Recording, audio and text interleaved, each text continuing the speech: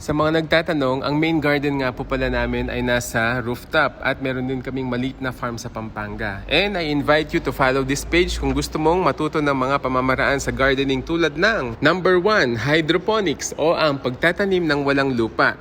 Number 2, container gardening gamit ang mga recycled containers tulad ng bote ng mineral water at iba pa. Number 3, vertical gardening para sa mga walang malalaking space na pagtataniman. Number 4, gumagawa rin kami ng natural composting. Number 5, paggawa ng organic fertilizer. Number 6, paggawa ng homemade pesticides. Matututunan mo din ang pagvo-vlog gamit ang lumang cellphone. Kagaya ko, lumang cellphone lang ang gamit ko. Madalas din pala kami magluto ng aming mga harvest. Kaya kung trip mo din ang magluto, para sa'yo ang page na to. Kaya follow us for more. God bless po and happy gardening!